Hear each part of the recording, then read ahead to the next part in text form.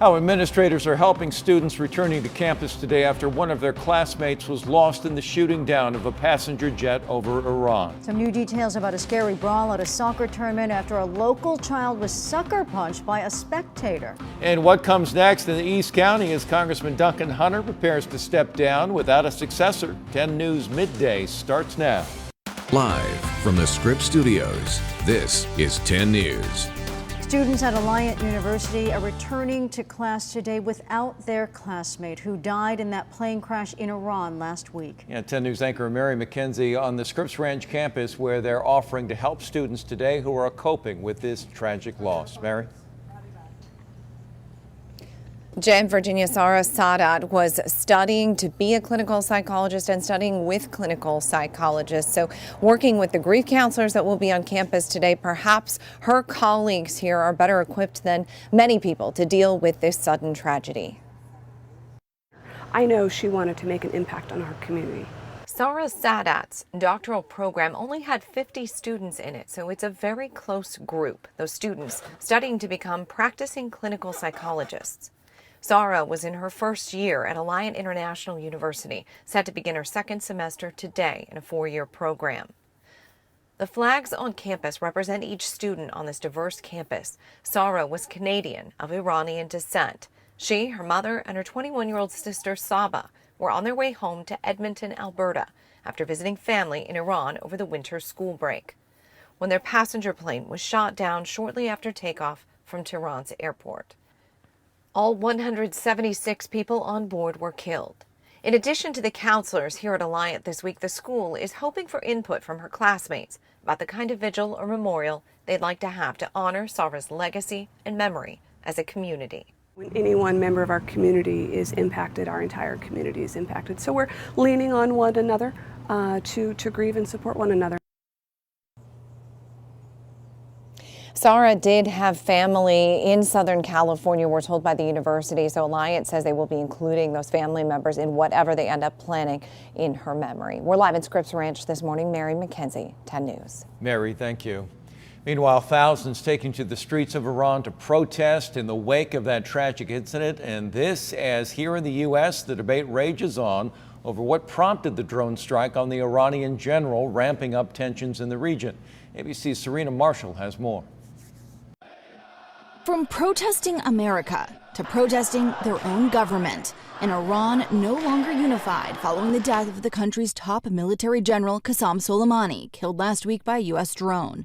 Instead, Iranian citizens ripping down posters of him, angry after the regime's admission it accidentally shot down the Ukrainian passenger plane last week, mistaking it for a missile, killing all 176 people on board. Thousands in the streets shouting, "Down with this deceptive government."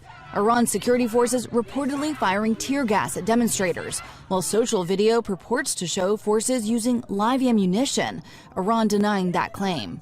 In Washington, President Trump tweeting to the leaders in Iran, "Do not kill your protesters. The world is watching. More importantly, the USA is watching."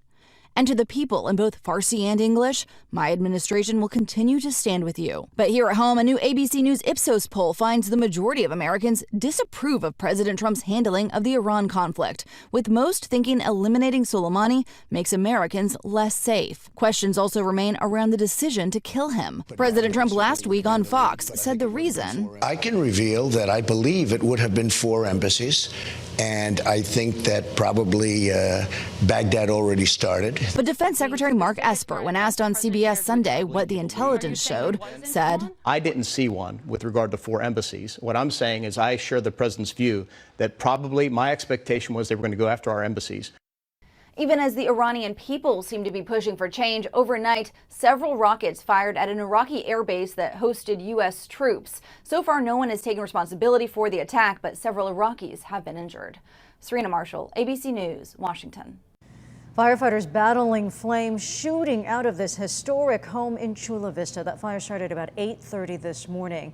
And we're showing you a look from Sky 10. Shows the top floor of that home damaged. Caption picture from the City of Chula Vista's website says the home on Davidson Street was built in the 1880s. It is one of the few remaining Victorian-style homes built during Chula Vista's early development. Fire crews were able to get to the house pretty quickly. Was a passing off-duty paramedic that called it in, and the fire station's literally 3 blocks away, so we were able to respond quickly and get water on the fire. No word yet on the extent of the damage, and investigators, of course, are still looking for the cause. Today is Congressman Duncan Hunter's last day in office as he prepares to resign officially. Now, last month, he pleaded guilty to misusing campaign funds. Federal prosecutors say he and his wife used that money to pay for lavish vacations and more. Governor Newsom declined to push for a special election to fill Hunter's seat now, so it will stay vacant until November. We did reach out to Hunter's office. They say they will continue to do what they can to help constituents during that time. New details today about a brawl at a youth soccer tournament in Temecula that ended with people running from the field. You guys, stop! Hey, hey! Hey! Yeah, players and spectators scrambled off a field after they say one person threatened to pull a gun. All started when 2 players at the Albion Development Showcase featured teams from Chula Vista and LA, and they started fighting. That's when a spectator rushed in and punched a player from Chula Vista. Chaos erupts, and a parent we talked to says someone ran to their backpack, seen here in this new picture that we have blurred, and threatened to pull out a gun. The entire field was just rushing out to the sidelines. Kids were running, crying. The parents were pulling their kids, dragging them. Now, witnesses tell us that man was taken away in handcuffs. Chula Vista parent we talked to says his 10-year-old son, the one who was punched, suffered a minor injury. That parent intends to press charges. New this midday, county leaders along with Tri-City Hospital officials have announced plans to reopen the psychiatric health facility on their campus. 10 News reporter Marie Cornell in Oceanside with how that should help alleviate the mental health crisis in the North County. For more than a year, the county and Tri-City officials have been working to get a mental health facility back on this campus. But this is just one part of a bigger plan to provide mental health help for those in North County. Standing side by side, county officials and Tri-City Hospital representatives announced their plans to develop a $17 million, 16-bed psychiatric health facility next to the hospital. The old facility was closed last year because it did not meet federal regulations.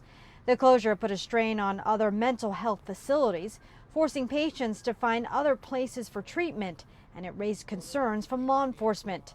When it closed, they expressed concerns over the added time it would take to get psych patients to other facilities outside of North County, which meant taking more officers off the streets because of these transports.